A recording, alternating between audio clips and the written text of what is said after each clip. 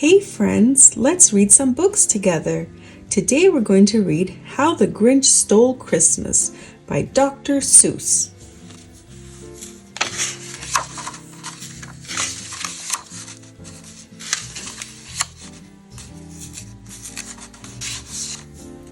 Every Who down in Whoville liked Christmas a lot. But the Grinch, who lived just north of Whoville, did not. The Grinch hated Christmas, the whole Christmas season. Now please, don't ask why. No one quite knows the reason. It could be his head wasn't screwed on just right. It could be perhaps that his shoes were too tight. But I think that the most likely reason of all may have been that his heart was 2 sizes too small. But whatever the reason, his heart or his shoes, he stood there on Christmas Eve, hating the Whos, staring down from his cave with a sour, grinchy frown at the warm lighted windows below in their town. For he knew every Who down in Whoville beneath was busy now hanging a mistletoe wreath. And they're hanging their stockings, he snarled with a sneer. Tomorrow is Christmas, it's practically here. Then he growled with his Grinch fingers nervously drumming, I must find a way to stop Christmas from coming. For tomorrow he knew all the Who girls and boys would wake bright and early. They'd rush for their toys and then, oh the noise, noise, noise, noise. That's one thing he hated, the noise, noise, noise, noise. Then the Whos, young and old, would sit down to a feast, and they'd feast, and they'd feast, and they'd feast, feast, feast, feast. They would feast on Who pudding and rare Who roast beast, which was something the Grinch couldn't stand in the least. And then they'd do something he liked least of all. Every Who down in Whoville, the tall and the small, would stand close together with Christmas bells ringing. They'd stand hand in hand and the Whos would start singing. They'd sing and they'd sing and they'd sing, sing, sing, sing. And the more the Grinch thought of this Who Christmas sing, the more the Grinch thought, I must stop this whole thing. Why, for 53 years I've put up with it now. I must stop this Christmas from coming. But how? Then he got an idea, an awful idea. The Grinch got a wonderful, awful idea. I know just what to do, the Grinch laughed in his throat, and he made a quick Santa Claus hat and a coat. And he chuckled and clucked, what a great Grinchy trick. With this coat and this hat, I look just like Saint Nick. All I need is a reindeer, the Grinch looked around. But since reindeer are scarce, there was none to be found. Did that stop the old Grinch? No. The Grinch simply said, if I can't find a reindeer, I'll make one instead. So he called his dog Max.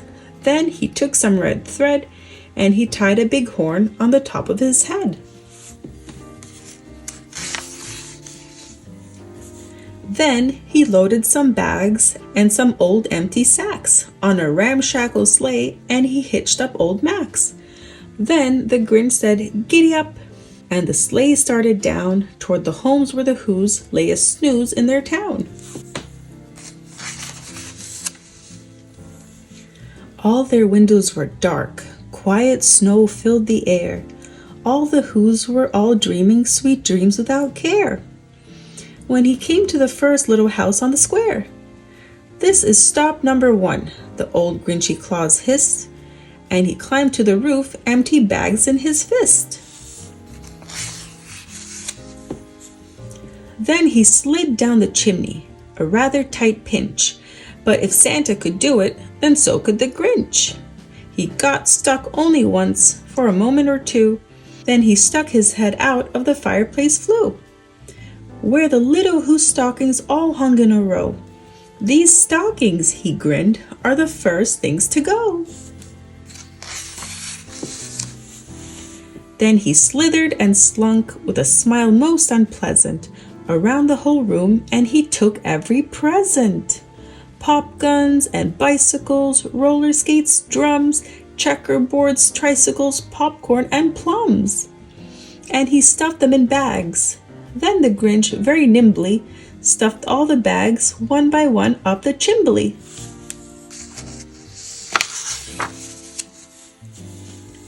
Then he slunk to the icebox. He took the Who's feast. He took the Who pudding. He took the roast beast.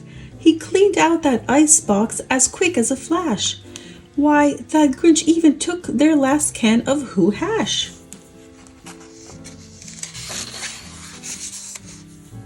Then he stuffed all the food up the chimney with glee. And now, grinned the Grinch, I will stuff up the tree.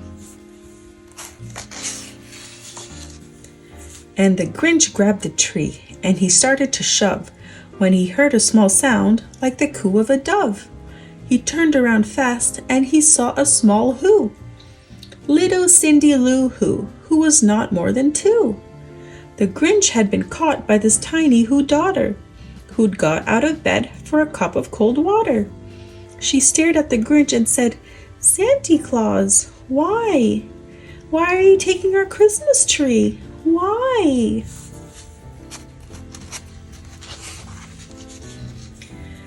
But, you know, that old Grinch was so smart and so slick. He thought up a lie, and he thought it up quick. Why, my sweet little tot, the fake Santa Claus lied. There's a light on this tree that won't light on one side, so I'm taking it home to my workshop, my dear. I'll fix it up there, then I'll bring it back here. And his fib fooled the child. He patted her head, and he got her a drink, and he sent her to bed. And when Cindy Lou Who went to bed with her cup, he went to the chimney and stuffed the tree up. Then the last thing he took was the log for the fire. Then he went up the chimney, himself, the old liar. On their walls he left nothing but hooks and some wire. And the one speck of food that he left in the house was a crumb that was even too small for a mouse.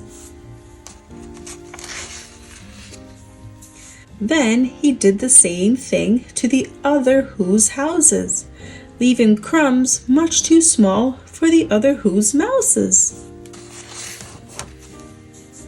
It was 1/4 dawn, all the Who's still abed, all the Who's still a-snooze, when he packed up his sled, packed it up with their presents, the ribbons, the wrappings, the tags, and the tinsel, the trimmings, the trappings.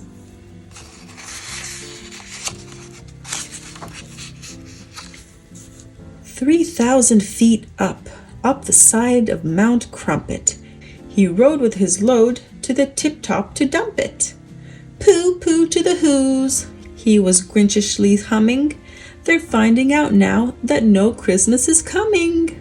They're just waking up, and I know just what they'll do. Their mouths will hang open a minute or two. Then the Who's down in Whoville will all cry, boo-hoo. That's a noise, grinned the Grinch, that I simply must hear. So he paused, and the Grinch put his hand to his ear. And he did hear a sound rising over the snow. It started in low, then it started to grow. But the sound wasn't sad. Why, the sound sounded merry. It couldn't be so, but it was merry, very. He stared down at Whoville. The Grinch popped his eyes. Then he shook. What he saw was a shocking surprise. Every Who down in Whoville, the tall and the small, was singing without any presents at all. He hadn't stopped Christmas from coming. It came. Somehow or other, it came just the same. And the Grinch, with his Grinch feet ice cold in the snow, stood puzzling and puzzling. How could it be so? It came without ribbons, it came without tags, it came without packages, boxes, or bags. And he puzzled 3 hours till his puzzler was sore. Then the Grinch thought of something he hadn't before. Maybe Christmas, he thought, doesn't come from a store. Maybe Christmas, perhaps, means a little bit more. And what happened then? Well, in Whoville they say that the Grinch's small heart grew 3 sizes that day. And the minute his heart didn't feel quite so tight, he whizzed with his load through the bright morning light. And he brought back the toys and the food for the feast. And he himself, the Grinch, carved the roast beast. The end. All right, friends, I hope you enjoyed the book. It was super duper fun. Alrighty, I'll see you next time for our next book. See you later. Bye-bye.